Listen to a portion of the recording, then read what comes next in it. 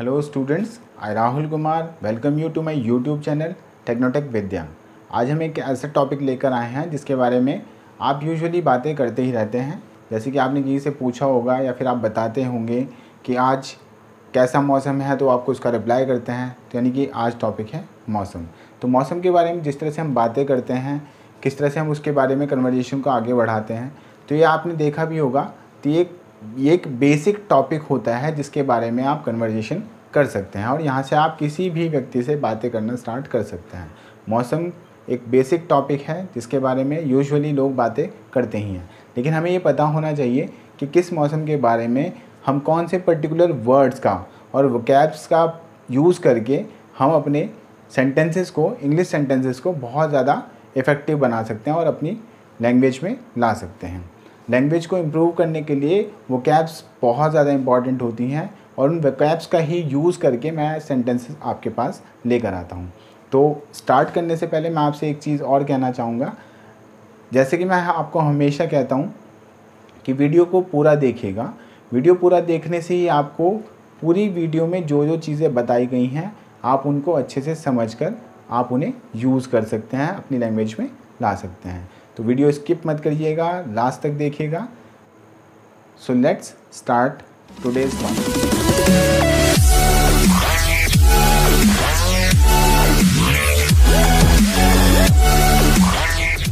Corona के इस period में सभी लोग कोरोना से ऑलरेडी परेशान हैं। ऊपर से नेचर ने भी बहुत बुरा हाल किया हुआ है। कभी बारिश, कभी धूप, कभी तेज़ हवाएं और कभी और कुछ। तो आप इन्हीं सब चीज़ों में आजकल उलझे हुए हैं। फिर भी ज़िंदगी को रुकने नहीं देना चाहिए। हम जिस चीज़ को कर रहे होते हैं उसे करते रहना चाहिए। लाइक आप जो इंग्लिश सीखने का काम आपने शुरू किया है उसको हम करते रहेंगे। तो इसी से रिलेटेड आज का जो टॉपिक है हमारे पास, मौसम के बारे में जो हम बातें करते हैं आपस में, उनको कैसे इंग्लिश में कन्वर्जेशन में लाया जाता है, उसी के बारे में आज का टॉपिक है। तो हमारे पास जो पहला सेंटेंस है जो आप हिंदी में यूज़ करते हैं उसको इंग्लिश में कैसे फॉर्म करना है, चलिए देखते हैं। पहला जो हमारे पास सेंटेंस है वो है, आज आसमान बादलों से घिरा हुआ है। तो जो घिरा हुआ होता है कोई चीज़, किसी चीज़ को दूसरी चीज़ ढक लेती है, तो उसको कहा जाता है ओवरकास्ट। तो यहाँ पर ओवरकास्ट का यूज़ करते हुए हम ये सेंटेंस बनाते हैं। The sky is overcast with cloud. The sky is overcast with cloud. Next है हमारे पास, बारिश होने वाली है। जब बारिश होने वाली है इसका मतलब ये है कि हमें बादलों को देखकर पता लग रहा है और ये एक्सपेक्टेशन कर रहे हैं हम कि हम बारिश हो सकती है। तो यहाँ पर कहेंगे हम इसको, it is about to rain. हम यहाँ पर सर्टेन नहीं है, निश्चित नहीं है, होने वाली है, ये एक्सपेक्टेशन है एक तरह की, क्योंकि हम बादलों को देखकर ये अंदाज़ा लगा रहे हैं। बादल डिस्पर्स भी हो सकते हैं, तो वो अलग चीज़ है। नेक्स्ट में डिस्पर्स का भी यूज़ हो रखा है। It is about to rain. सारे बादल छट गए हैं। तो जैसे कि मैंने आपको अभी बताया कि अगर बादल छट जाते हैं तो ऑब्वियसली बात है कि बारिश होने का कोई चांस ही नहीं बचेगा।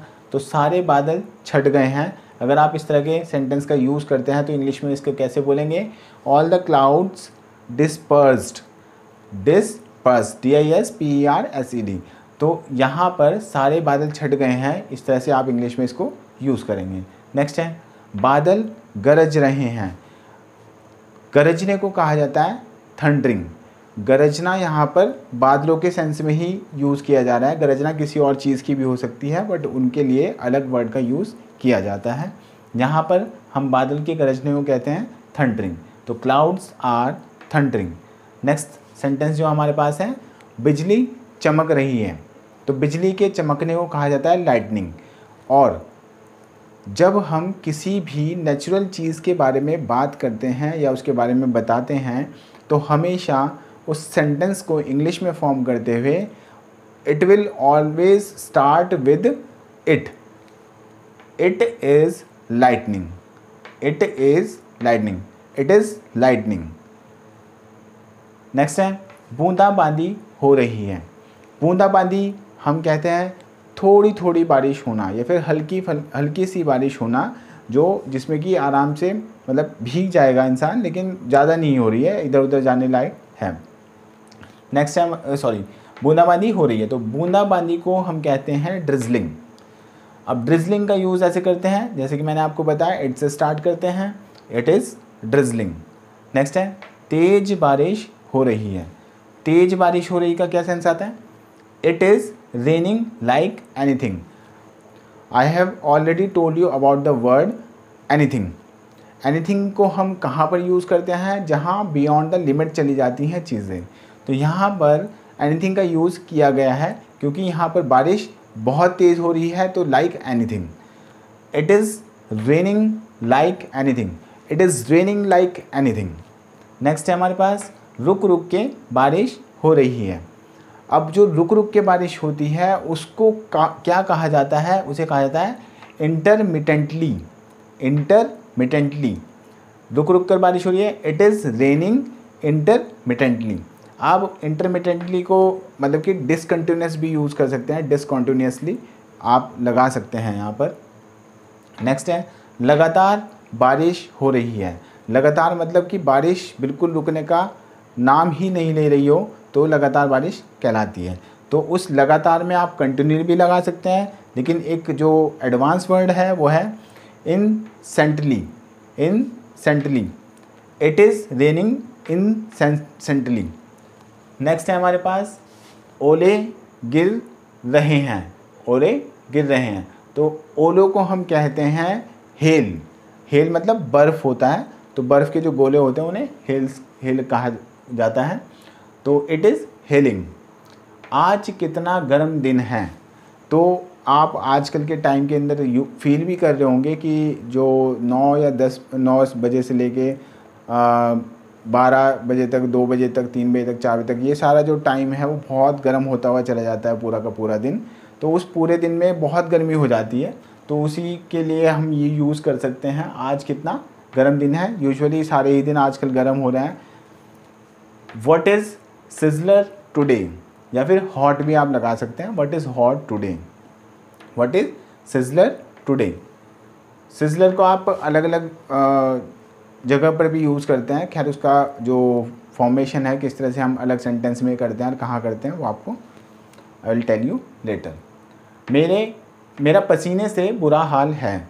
तो जब पसीना बहुत ज़्यादा आ जाता है तो आप, जैसे कि आपको मैंने बताया एनीथिंग, तो बियॉन्ड द लिमिट जाती हैं चीज़ें तो आप एनीथिंग का यूज़ करते हैं। तो I am sweating like anything. I am sweating like anything. आज चिपचिपी गर्मी पड़ रही है। तो चिपचिपी का मतलब क्या होता है कि जब मौसम के अंदर गर्माहट भी होती है और ह्यूमिडिटी भी होती है, तो ह्यूमिडिटी के साथ अगर गर्मी होती है तो वो चिपचिपी हो जाती है। तो चिपचिपी को हम क्या कहते हैं? सल्ट्री। It is very सल्ट्री today. It is very सल्ट्री today. आप अगर इसे फ्लुएंसी में बोलना चाहते हैं, it is very सल्ट्री today.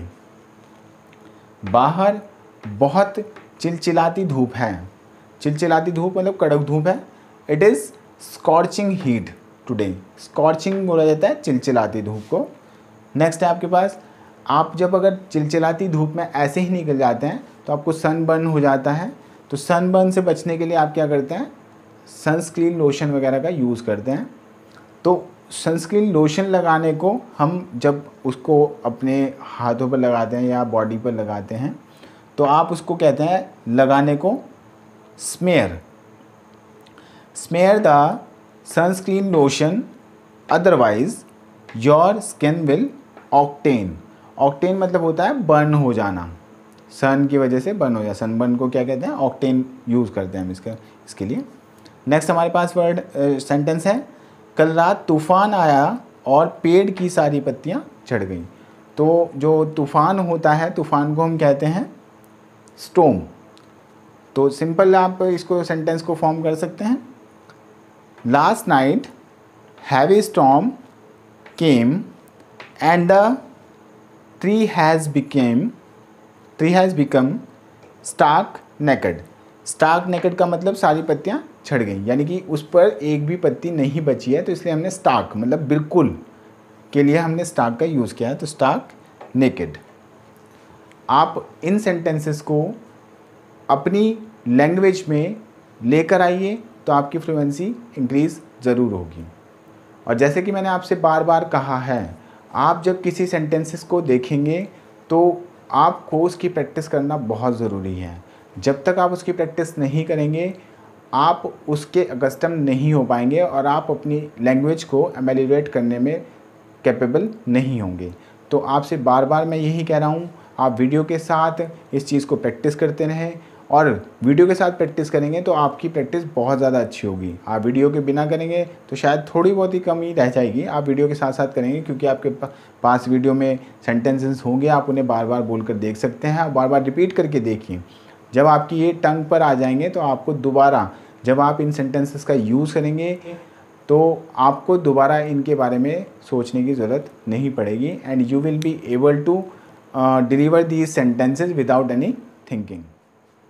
So students, आपको ये वीडियो कैसी लगी आप कमेंट में ज़रूर बताइएगा। आपको अगर वीडियो पसंद आई है तो लाइक ज़रूर करिएगा और अपने फ्रेंड्स रिलेटिव्स के साथ शेयर करिएगा। सब्सक्राइब कर लीजिएगा चैनल को अगर आप मेरे चैनल पर नए हैं, और बेल आइकन को प्रेस कर लीजिएगा ताकि आपको आने वाली वीडियो के अपडेट्स मिलते रहें। Thank you.